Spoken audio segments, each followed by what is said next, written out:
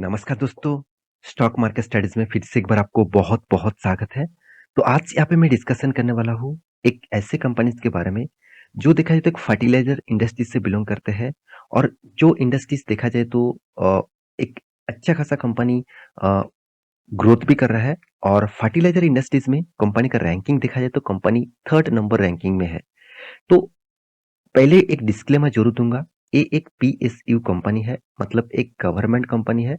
तो government company के ऊपर निवेश करना, तो स इससे पहले कुछ डेटा आपको मैं ज़रूर दिखाऊँगा, उसके बाद आप जो डिसीज़न लेना चाहते हैं, ले सकते हैं। तो बहुत सारे दोस्तों ने कमेंट किया सर कंपनीज़ तो 52 वीक हाई ब्रेक कर चुके हैं और लाइफ टाइम हाई भी बोल सकते हैं ब्रेक कर चुके हैं। तो क्या इस कंपनी के ऊपर निवेश अभी करना चाहिए? तो मैं टेक्निकल चार्ट पैटर्न में कुछ पॉइंट्स आपके साथ शेयर करूँगा। टेक्निकल चार्ट पैटर्न में कुछ पॉइंट्स आपको दिखाऊँगा, जो मेरे इतने साल एक्सपीरियंस है, जिस एक्सपीरियंस से ज़्यादा पॉजिटिविटी देखने को मिला है। तो आपको पॉजिटिविटी जानना है कितना, वो आप टेलीग्राम को जॉइन कर सकते हैं, नीचे लिंक दिया गया है और चैनल को सब्सक्राइब भी कर सकते हैं, आपको डेली बेसिस अपडेट पाने के लिए। तो चलो देख लेते हैं आज के कंपनीज के डिटेल्स के बारे में। तो कंपनी कौन सा है, कंपनी का नाम क्या है? तो कंपनी का नाम है, आप देख सकते हैं फैक्ट, जो फर्टिलाइजर एंड जो एक्चुअली नाम है फर्टिलाइजर एंड केमिकल ट्रावनकोर। तो फर्टिलाइजर एंड केमिकल ट्रावनकोर जो है, वो एक्चुअली देखा है तो यहाँ पे देख सकते हैं पब्लिक सेक्टर अंडरटेकिंग कंपनी है, सेंट्रल गवर्नमेंट का कंपनी है। Ownership totally totally ministry of chemical and fertiliser company के हाथ ही है। तो कंपनी का हेडक्वार्टर कोची केरला बेसिस है, क्योंकि ज़्यादा से ज़्यादा chemical companies, fertiliser company Kerala basis में आपको देखने को मिलेगा। तो कंपनी स्टार्ट कब हुए थे? करीबन-करीबन 1943 में, मतलब हमारा इंडिया इंडिपेंडेंस होने से पहले ही कंपनी स्टार्ट हो गए थे। 1943 से ही कंपनी स्टार्ट हुआ था और यहाँ पे कंपनी के जो प्रोडक्ट है आप देख सकते हैं अमोनिया है, जो सल्फ्यूरिक एसिड भी है, साथ ही साथ और भी बहुत सारे प्रोडक्ट है जो क्रॉप प्रोटेक्शन का प्रोडक्ट होते हैं, वो भी इसी कंपनी का प्रोडक्ट है। तो कंपनी का जो डिटेल्स है, हिस्ट्री है, आप देख सकते हैं कंपनी का जो केमिकल्स का जो हब है, फैक्ट्रीज है, वो भी यहाँ पे पिक्चर देख सकते हैं। तो कुछ पॉइंट्स आपके मैं इस कंपनी के बारे में डिस्कस करूंगा, क्योंकि बहुत सारे लोगों के मन में कंफ्यूजन है, सर इस कंपनी कितना ग्रोथ कर सकते हैं। तो सबसे पहले चलो मैं कंपनी का फाइनेंशियल डिटेल्स आपको दिखाने से पहले कंपनी का ग्रोथ आपको दिखाऊंगा। देखिए कंपनी अभी जो प्राइस ट्रेंड चल रहा है तो एक 165 रुपीज के आसपास। पिछले दिनों में ही कंपनी हाई किए थे, 52 वीक का हाई ब्रेक किए थे और वो भी देखिए प्रीवियस जो लो था कब था, 20 जून। इसका मतलब 6 मंथ के अंदर अंदर कंपनी करीबन आपका फंड डबल कर चुके हैं, क्योंकि 80 से 165 तो आपका फंड डबल हो चुके हैं, वो भी 6 मंथ के अंदर अंदर। तो इसी चीज को देखकर निवेश मत कर दीजिएगा, क्योंकि कुछ पॉइंट्स आपको मैं शेयर करूंगा। अब इस कंपनी का ट्रेडिंग क्वांटिटी आप देखेंगे तो ट्रेड क्वांटिटी 80,000 के ऊपर है। आप अगर डिलीवरी रिपोर्ट देखेंगे तो 9,11,000 के आसपास है। इसका मतलब डिलीवरी का जो परसेंटेज है 11% के आसपास। अगर सचमुच कंपनी के ऊपर इंस्टीट्यूशन निवेश करता तो यहाँ पे 11% नहीं 50% के ऊपर इन्वेस्टमेंट देखने को मिलता। तो परसेंटेज वाइज जो है वो ग्रोथ ग्रोथ मतलब ग्रोइंग मूड में नहीं है। थोड़ा थोड़ा करके निवेश किया गया और वो भी रिटेल पब्लिक जैसे से निवेश किया। इसी के कारण स्टॉक के ऊपर एक थोड़ा थोड़ा करके इंक्रीजिंग देखने को मिला है। तो इस बेसिस से क्या कंपनी के ऊपर निवेश करना चाहिए? तो चलो कुछ पॉइंट्स आपके साथ शेयर कर लेता हूँ। तो सबसे पहले कंपनी इसके बारे में बात करें तो कंपनी का मार्केट कैप 10,500 करोड़ के आसपास है। तो एक स्मॉल कैप टाइप कंपनी है, हाई रिस्क कंपनी आप बोल सकते हैं। तो कंपनी का पी रेशियो चलो ठीक ठाक लेवल में है, एकदम बेस्ट लेवल में देखने को मिला।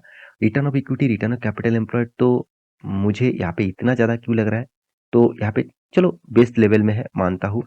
कंपनी का इंडस्ट्रीज पी रेशियो कितना है, 14 है। तो कंपनी का एनुअली इनकम कितना है, 350 करोड़ के आसपास है। मगर कंपनी की यही चीज मुझे सबसे ज्यादा वीकनेस लगा, कंपनी का डेप्थ।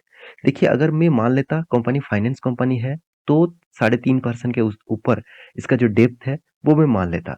मगर एक फर्टिलाइजर कंपनी होकर किस तरीके से कर्जा लिया आप देख सकते हैं, 3.78% का कर्जा। इसका मतलब गवर्नमेंट का हाथ है, तो गवर्नमेंट इसको चला नहीं रहा है, गवर्नमेंट इसके ऊपर कर्जा लेते जा रहा है। तो कुछ तो अंदर कुछ तो चीज ऐसे चल रहा है जो मुझे थोड़ा सा नेगेटिव लगा।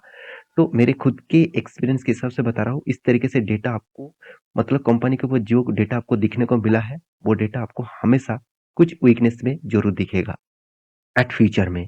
तो आप देखेंगे तो प्रोमोटर के पास 90% होल्डिंग है। मतलब प्रोमोटर खुद का हिस्सेदारी 10% के आसपास ही यहाँ पे बेच चुके हैं। तो कंपनी का डेटोस डे 14 डेज में, मतलब हाथ में पैसा आ रहा है 14 डेज में। कंपनी का प्रोडक्शन करने में 93 डेज लग रहा है। कंपनी आज तक डिविडेंड नहीं दिया क्योंकि हाल ही में लिस्टिंग हुआ है। तो कंपनी का मार्केट कैप टू सेल्स के हिसाब से कंपनी ₹1 कमाने के लिए 7.2 रुपीज, सॉरी 1.72 रुपीज पेमेंट करना पड़ रहा है। तो कंपनी का प्रॉफिट एंड लॉस के बारे में बात करें तो कंपनी कंटिन्यूअसली लॉस करते थे। अभी कोविड की सिचुएशन के बाद कंपनी प्रॉफिट करना स्टार्ट कर दिया। तो कंपनी के रिटर्न के मामले में धमाका रिटर्न यहाँ पे आपको देखने को मिलेगा।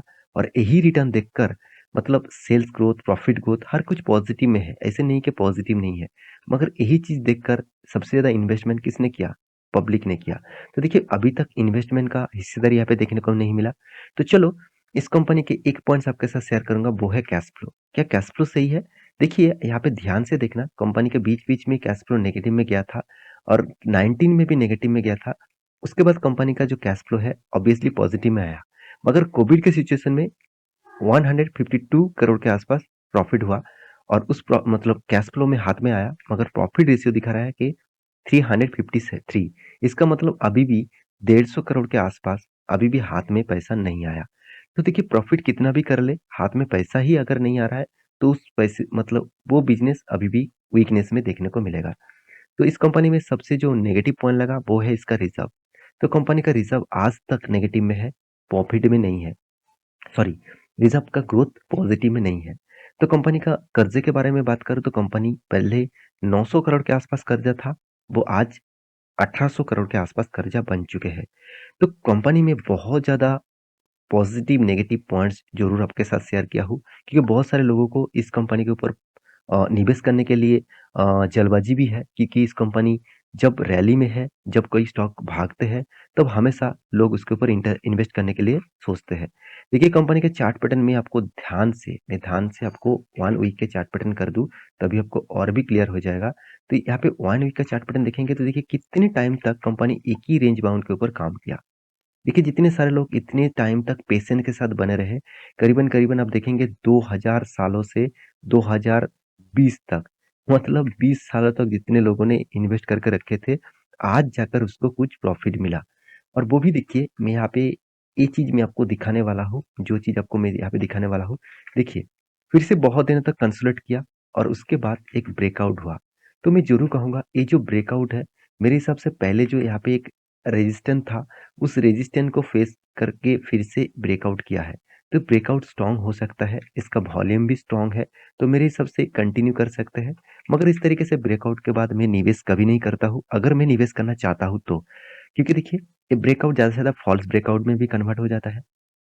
यहाँ से फिर से रिट्रेसमेंट करे, अगर वो फिर से रीबैक करे, तो सोचना इस कंपनी में अभी जर्नी स्टार्ट हो गया।